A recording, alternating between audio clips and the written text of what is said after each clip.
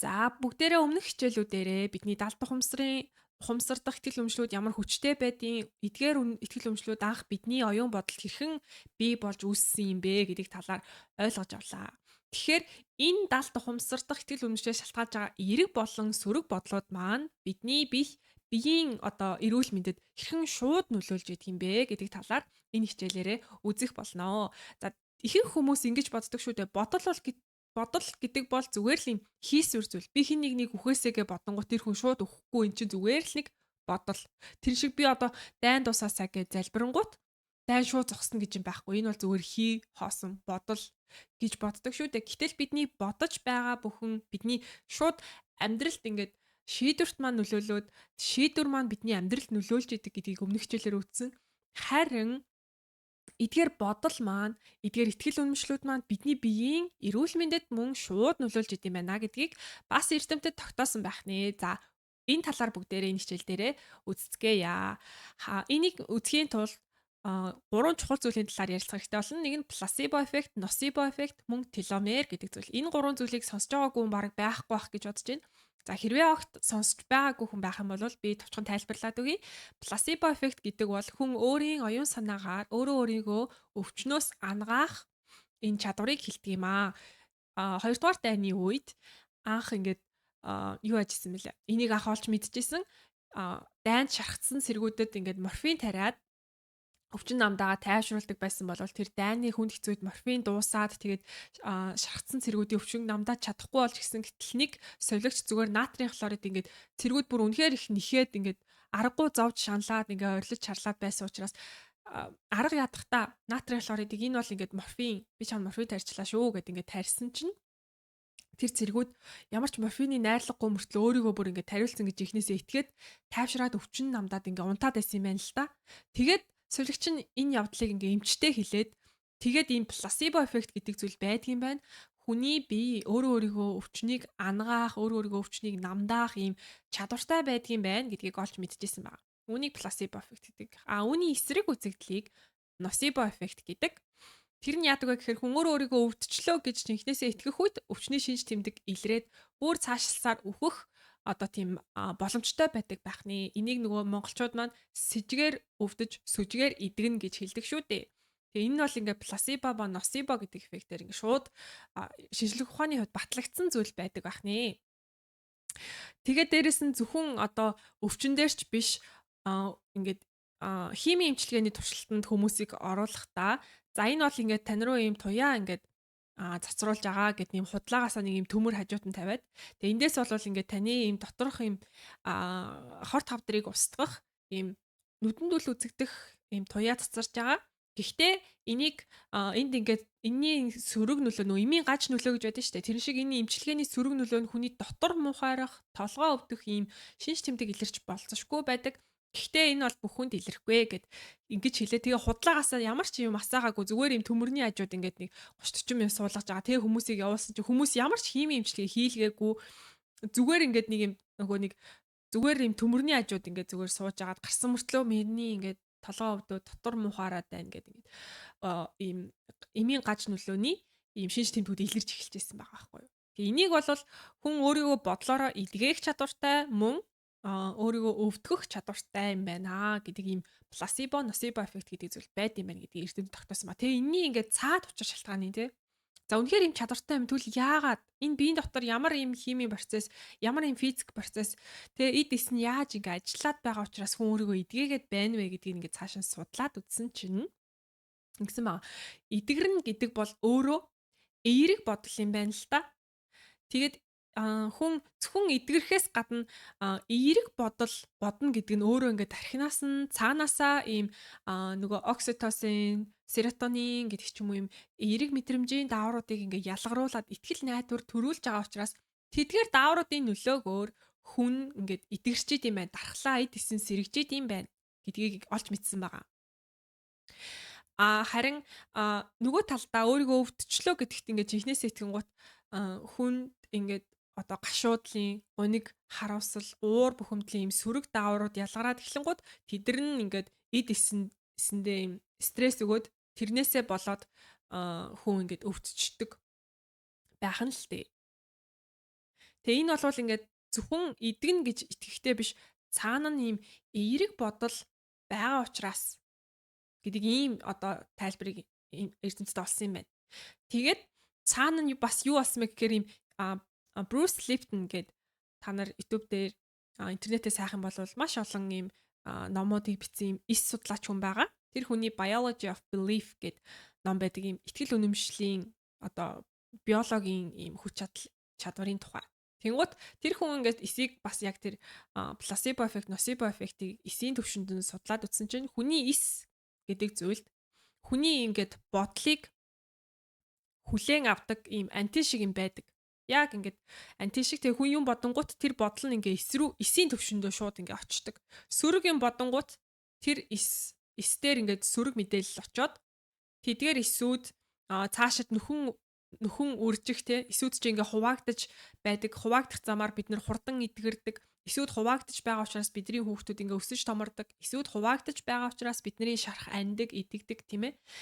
Тэнгуут ингээ сөрөг бодлын ийм одоо энергтэй тэр дохиог ингээ эс хүлээж авангуудаа эсийн хуваагдал ингээд удаашраад эхэлдэг байна. Тэнгуут ингээ шарах анихгүй удан тэгээд дархлаа муудан харин эерэг бодол бодоод за би эдгэрч байгаа юм байна гэд бодонгууд тэр дохиог бас эс хүлээж аваад эсийн хуваагдал, эсийн эрүүл байдал ингээд бас шууд нэмэгддэг байна.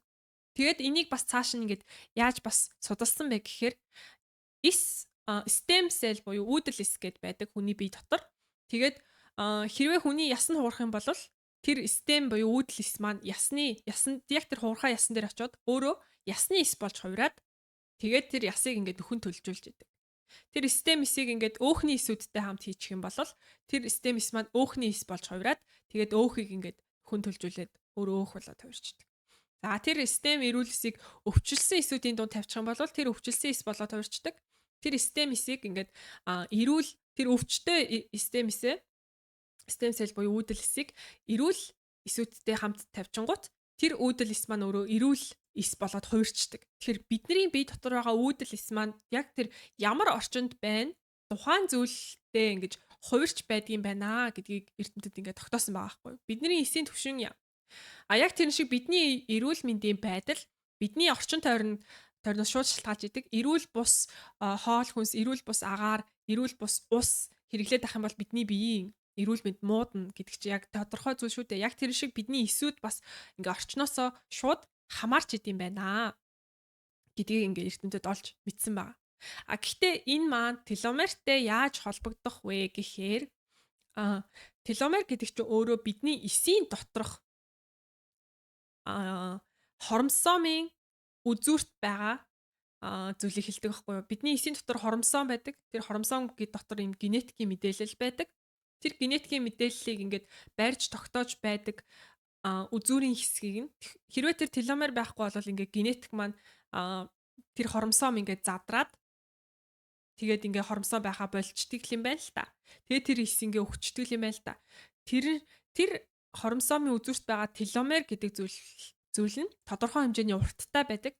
Тэр теломер урт байх тусмаа бидний бие хүчтэй, дархлаа сайн, яс бат бөх, булчин чанга, тэ арьс эрүүл ингээд залуухан одоо бүр 50 60 гарсан мөртлөө 40-тэй юм шиг харагддаг хүмүүс чинь хромосомын теломерийн үзүүр нь урт хүмүүс байна гэж ойлгож байна. 30 40-тэй мөртлөө 50 60-тай юм шиг харагддаг хүмүүс байвал тэр хүмүүсийн эсийн доторх хромосомын теломерийн үзүүр богинохон учраас ингээд дархлаа нь муудсан, арьс нь одоо чанга байдлаа алдсан, булчин суларсан, ясан сэрэгчсэн тийм хүмүүс маань ингээд илүү хөгшин харагдаад ингээд амьдрал нь ингээд эсүүд нь ингээд цөөрөөд гэдэг ч юм уу те ингээд бие нь ингээд аль хэдийн өвчлөлт яваад эхэлсэн байна гэсэн үг байгаа байхгүй юу.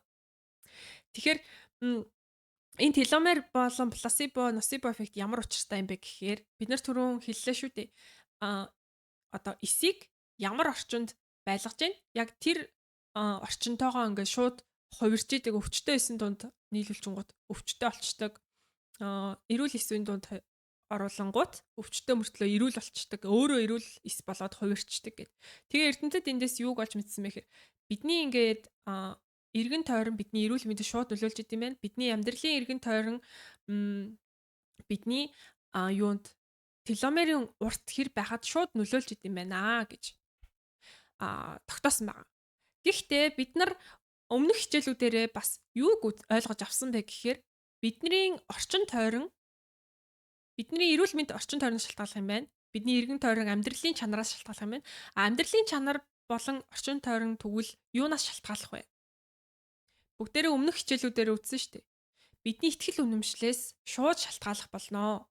Бид нар альва зүйлийг а одоо би өөрөө өөрийгөө те маш би одоо өөрийгөө юу ч чадахгүй мэдгүй эсвэл одоо тийм сөрөг бодлууд ингээл бодоол авил эс маань тэр сөрөг бодлыг ингээ хүлээж аваад за би юм хортой аюултай сөрөг орчинд амьдарч гин гэдэг тийм мэдээллийг авах нь шүү дээ. Тэгээд миний түүнээс болоод эс өөрийгөө ийм хортой орчинд амьдарч гин гэдэгт итгээд тэгээд тэр нь миний теломер хоромсоомд нөлөөлөд тэр теломерийн үзүүр маань богиносох бахны.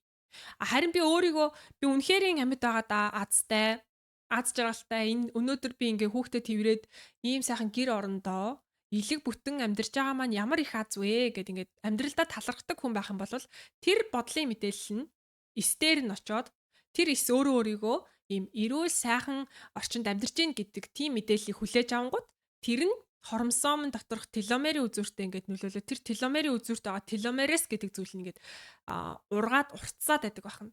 Тэгэхээр энэ яагаад богиносдөг вэ? Энэ теломерийн үзүүр яагаад богиносдөг гэхээр эс чинь ингээ хуваагддаг шүү дээ. Нэг байжгаад 2 болоод 4 болоод 8 болоо 16 болоо 32 болоод ингээ хуваагдаж ихсээр хагаад эд болоод тэгээ бидний ингээ шархмарх нөхөгдөж бидний одоо ингээ арьс маань ингээ байнга гуужиж тасралтгүй унж идэг. Тэгсэн мөртлөө дотроос ингээ шинэ арьс нөхөн төлжөөл ургаж идэг. Сормоос унаал дахиад шинээр сормоос ургаад л байдаг. Эн чин цаана байнга эсийн хуваагдал явагдаад байгаа хгүй тий. Эсийн хуваагдал явагдсан учраас би буцаж нөхөн төлжөөд эргэж бүтэн болоод хумс ургаад байгаа. Үс ургаад байгаа. Гэтэл энэ ингээ эс ингээ хуваагдсаар агаад сүүлдээ нөгөө хуваагдах тоолонд нь тэр теломерийн үзүүр ингээд богиносч идэм байл та. Нэг бажаад 2 болонгууд теломерийн үзүүр жоохон богиносно. Тэгээд 4 болонгууд теломерийн үзүүр дахиад жоохон богиносно. Тэгээд 8 болонгууд теломерийн үзүүр дахиад ингээд богиносно. Эсийн хуваагдлын тоогоор ингээд теломерийн үзүүр богиносоор л байдаг. Гэхдээ өөрөө өөрийгөө аз жаргалтай сайн сайхан амьдарч байгаа гэж итгэж эрүүл зөв сайхан орчинд амьдарч байгаа гэж итгэдэг хүмүүсийн теломерийн үзүүрт байдаг теломерес гэдэг зүйл нь ингээд буцаад ургаад байдаг. Тэгэхээр тэр теломерес гэдэг хоромсоомын үзүүр ингээ ургаж байгаа тохиолдолд тэр эс дахин төлчсөөр дахин хуваагдсаар хизээч өгөхгүй ингээд яваад ах боломжтой юм байна л да. Энэ процесс яг эрүүлээрээ явагдах юм бол эрүүл хүний дундаж насалт 120-с 150 байх боломжтой юм байна гэдгийг эрдэмтэд тогтооцсон байхгүй. Даач бид нар ингээд эрүүл бус хоол идэж, эрүүл бус агаараар амьсгалж, ус ууж тэгээ дээрэс нь маш их стресс бухимдалтай, сэтгэл гутралтай амьдарч байгаа учраас энэ нас маань 2 дахин богиносоод дундаж насалт ингээд 60 70 80 болоод хувирсан байдаг бахнэ. Тэгэхээр эсийн хуваагдлын тоолонгоор энэ теломерес гэдэг зүйл чинь богиносоод тэгээд тэр теломерийн үзүүр нь бүр ингээ хуваагдах чадваргүй болоод бүр ингээ хамгийн сүүлчийн удаа хуваагдах үед тэр хоромсоомын доторх генетик мэдээлэл задраад тэр эс үхдэг байна. Тэгээ тэр эс ингээд үхээд тэгээ бүх теломерийн үзүүр нь ингээ богиносоод эсүүд үхсээр хагаад бидний бие ингээ хөгшрөлт явагдаад тэгээ хүний насан дуусаад ингээд хүнд үхэл ирдэг байна. Энэ теломерийн үзүүр хэрвээ ингээд ерөөсө богиносхгүйгээр ингээд теломерес нь ургаад л ах юм бол хүн бүр 120 150 наслах боломжтой. Даанч бид нар энэ талаар огт мэдэхгүй сөрөг бодолтой автаад маш их стресс бухимдалтай амьдарсаар л байгаа учраас дундаж насалт маань биеийн одоо бат бөх байдал маань ингээд маш эрт алдагдаж эхэлдэг байна.